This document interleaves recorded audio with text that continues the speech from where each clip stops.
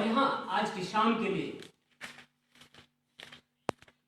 जबकि ये फसह के पर्व की पहली या जो संध्या काल है, जिस दिन यीशु मसीह पकड़वाए जाने को था, उससे पहले क्या हुआ? प्रभु ने अपने चेलों के साथ क्या किया? भोज किया। लेकिन उसी के साथ साथ कुछ बातें भी हुई। चाहते तो थे कि हम भी क्या करें? भोज को करें, लेकिन परमेश्वर शायद कुछ और चीजों को हमसे चाहता है और हम बारीकियों को सीखें, समझें और जाने कि परमेश्वर आज हमसे क्या कहना चाहता है। और यहाँ जो हमें परमेश्वर के वचन में 31 पद से जो मिलता है, लूका 22 और उसके 31 पद से कहता है, समौन, हे समौन, देख शैतान ने तुम लोगों को मांग लिया है कि गेहूं के समान फटके, परंतु मैंने तेरे लिए विनती की है, तेरा विश्वास जाता न रहे, और जब तू फिरे तो अपने भाइयों को स्थिर करना। उसने उनसे कहा, हे प्रभु, मैं तेरे साथ बंदीगृह जाने वरन मरने को भी तैयार हूं। उसने कहा, हे पतरस, मैं तुझसे कहता हूं कि आज मूर्ख बांग न देगा जब तक कि तू 3 बार मेरा इनकार न कर लेगा कि तू मुझे नहीं जानता। प्रिय परमेश्वर के वचन में हमने यहाँ पे अभी देखा, और प्रभु यीशु मसीह के सबसे प्रिय चेलों में कौन था? पतरस। 3 चेले कौन कौन? पतरस, यूहन्ना और याकूब। प्रभु यीशु मसीह जिधर जाते हैं, जिधर चलते हैं, उधर ये तीनों के तीनों क्या कर रहे हैं? प्रभु के साथ। यहां तक कि प्रभु यीशु मसीह का रूपांतर होते हुए इन्होंने देख लिया। प्रभु यीशु मसीह का रूपांतर भी इन्होंने देखा, हर चीजों को इन्होंने देखा, और बहुत करीब से, इस यहां तक कि जब 12 साल की उस लड़की को प्रभु यीशु मसीह क्या करने गए? जिंदा करने के लिए गए, तो हर एक को बाहर निकाला, लेकिन किसको रखा साथ में? पतरस, यूहन्ना और बाकी चेले भी थे, लेकिन बाकी चेलों को साथ नहीं लिया। लेकिन किसको साथ लिया? सिर्फ पतरस, यूहन्ना और याकूब। पूरे 3.5 साल ये लोग प्रभु यीशु मसीह के साथ साथ रहे, और साथ रहने के बाद एक घड़ी ऐसी आती है और प्रभु क्या कहता है? समौन, हे समौन, देख शैतान ने क्या किया है? तुम लोगों को मांग लिया है कि गेहूं की नाई गेहूं के समान फटके। क्योंकि जब तक हम गेहूं को फटकते नहीं हैं, तो वो भूसी और उसके अंदर से गेहूं अलग अलग नहीं होता। हर एक जिंदगी में जो विश्वास का कहलाता है, जो अपने आप को मसीह यीशु का कहता है, उसके जीवन में फटका जाना बहुत जरूरी है। उसके जीवन में परिस्थितियों का आना जरूरी है, क्योंकि जब तक परिस्थितियां नहीं आती, लोग अपने विश्वास में खरे निकलते नहीं हैं। और वचन कहता है कि परीक्षाओं में से कैसा क्या निकलता है? हम खरे निकलते हैं। हमारे अंदर धीरज उत्पन्न होता है, और धीरज से क्या निकलता है? खरा निकलना उत्पन्न होता है। किसी मनुष्य के अंदर खराई तब तक नहीं आती जब तक कि उसको जो है फटका ना जाए, जब तक उसको हिलाया ना जाए। जब सब कुछ शांत रहता है और बस सिर्फ मसीह यीशु के विषय में हम गीत गाते हैं, भक्ति करते रहते हैं, तब तो बहुत इजी लगता है। लेकिन प्रियो, वास्तव में विश्वास की परख वहां निकल के आती है जब आपके मेरे जीवन के अंदर परिस्थितियां विपरीत आती हैं। जैसे कल भी हमने देखा था, उस स्त्री ने क्या किया? इत्र को उंडेल दिया। विपरीत परिस्थिति, प्रभु भोजन कर रहे हैं, और भोजन करते समय उसने क्या किया? भीड़ वहां पे है जो आनंद उत्सव कर रही है, क्योंकि समौन कोड़ी का कोड़ जाता रहा, इस कारण से उसने भोज दिया। लेकिन उस स्त्री ने विपरीत काम किया, और परमेश्वर ऐसे लोगों को पसंद करता है जो विपरीत परिस्थितियों के मध्य खड़े रहते हैं, और पतरस के विषय में, क्योंकि चंचल था थोड़ा सा, लेकिन प्रभु कहते हैं कि शैतान ने तुम लोगों को क्या किया है, एक को नहीं सबको।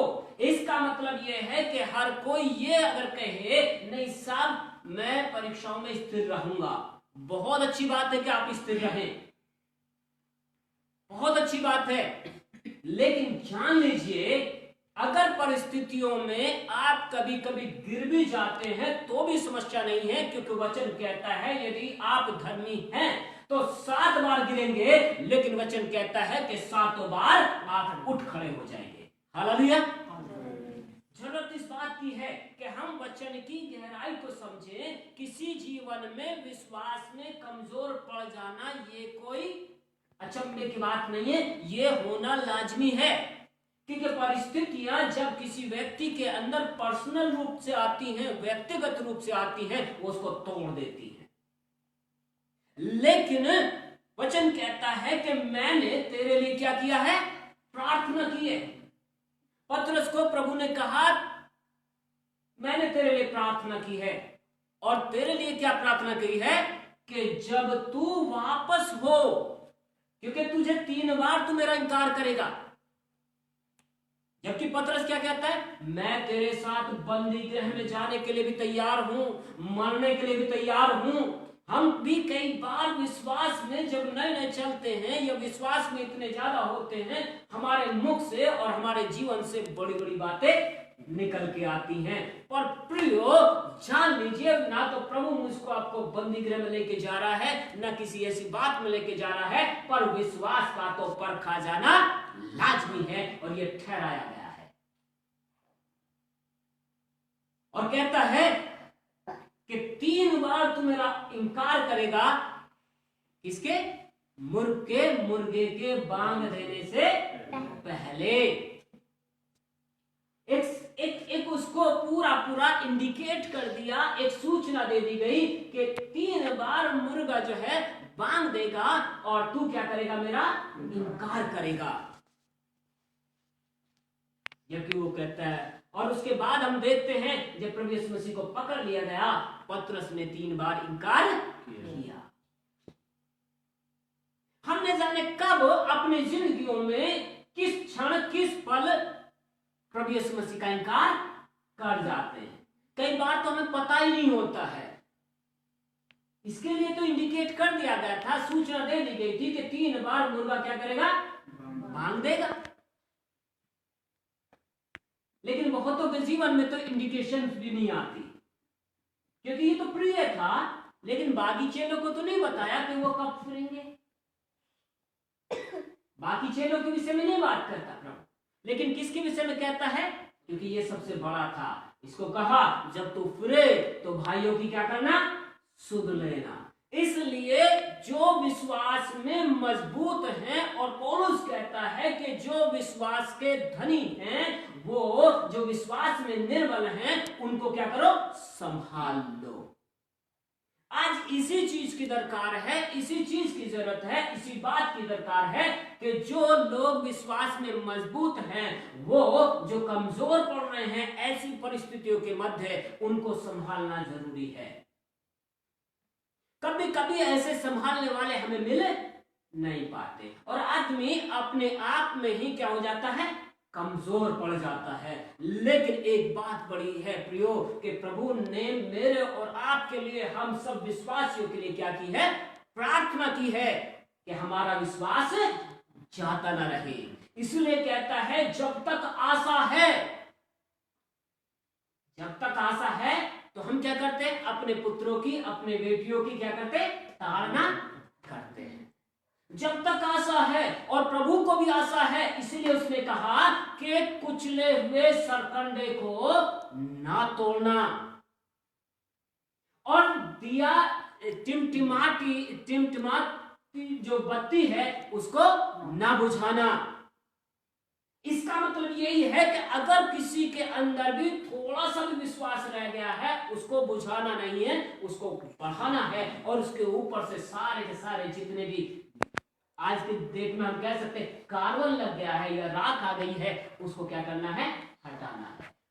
क्योंकि हमें नहीं पता कब किसके जीवन में जो है परिस्थितियां विपरीत आ जाती हैं और विश्वास में व्यक्ति क्या कर जाता है, कमजोर पड़ जाता है।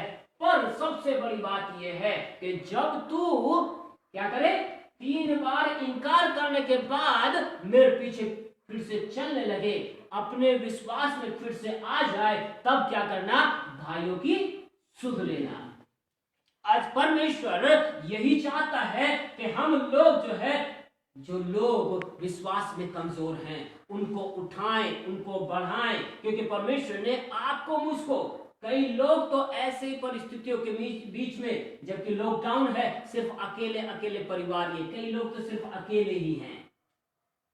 व्हाट्सएप पे तो बात हो रही है, लेकिन पर्सनली एक उत्साह, पर्सनली एक आनंद या प्रभु की उपस्थिति में एक साथ बैठना लोगों का नहीं हो पा रहा है। लेकिन परमेश्वर ने आपको, मुझको क्या मौका दिया है कि हम सब क्या हो जाए, एक साथ उसकी उपस्थिति में आए और उसके नाम को महिमा दें।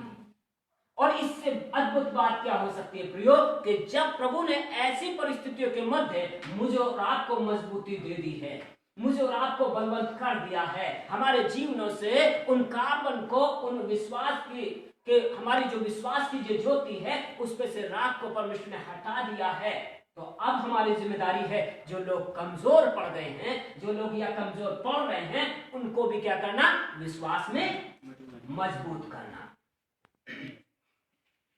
क्योंकि यदि हम विश्वास में लोगों को मजबूत ना करें प्रियो, तो एक गिरेगा। वचन कहता है 2 लोगों का इसलिए होना जरूरी है कि एक गिरे तो दूसरा क्या करे, उसको उठाए।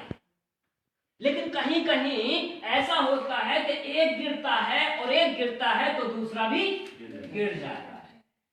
पर परमेश्वर का अनुग्रह है आपके मेरे जीवन पे है कि आपको, मुझको परमेश्वर ने वो दया की है कि हम विश्वास में क्या हो रहे हैं, दृढ़ हो रहे हैं, और हमारा विश्वास मजबूत होता जा रहा है, और पहले से हम जब बलवंत हो रहे हैं प्रियो, तो अब जरूरी है कि जो गिर रहे हैं, जिनको कोई उठाने वाला भी नहीं है, उनको, उनके हाथ को क्या कर लें, थाम लें।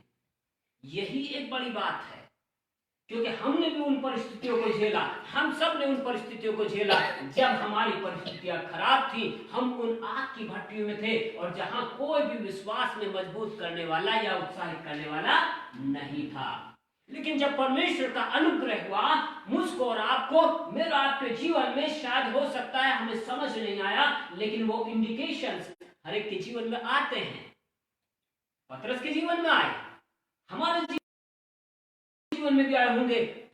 अगर हम ऐसे करके चले, या जब तक हम इन चीजों को ना कर ले, या दूसरा इंडिकेशन, सबसे बड़ा जो इंडिकेशन है, जब तक कोई व्यक्ति मन ना फिराए और पश्चाताप ना करे, तब तक प्रभु के उपस्थिति में वो आ नहीं सकता, या विश्वास में बिल्डअप नहीं हो सकता, विश्वास में मजबूत नहीं हो सकता। इसलिए जरूरी है प्रियो, हम एक दूसरे को उकसाएं, ताकि हर एक जन, जैसे हमने परसों देखा था, कि हमारे मन खुमारी में, सुस्त, आलस में ना हो जाएं, लेकिन कैसे हो, हम बलवंत हो जाएं।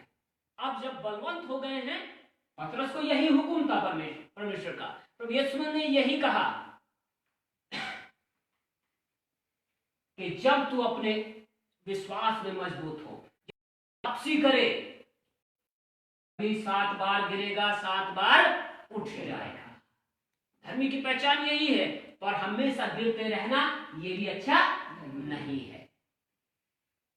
ये भी अच्छा नहीं है कि आदमी हमेशा गिरता रहे, लेकिन वो मजबूती से उठ खड़ा हो, और ऐसे उठ खड़े हो जाए कि बिल्डअप होता चला जाए, स्टेप बाय स्टेप हम महिमा से महिमा में अंश अंश करके बढ़ते चले जाए।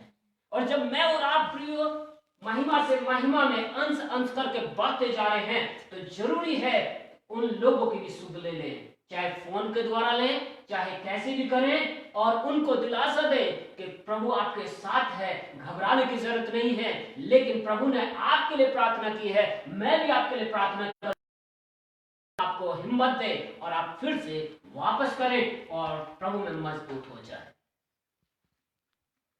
ये जरूरी है प्रियो, क्योंकि यदि ऐसा नहीं होता है तो न जाने कितने लोग इस परिस्थिति में, इस कोरोना वायरस और दूसरे वायरस के चक्कर में आकर के अपने विश्वास को क्या करेंगे,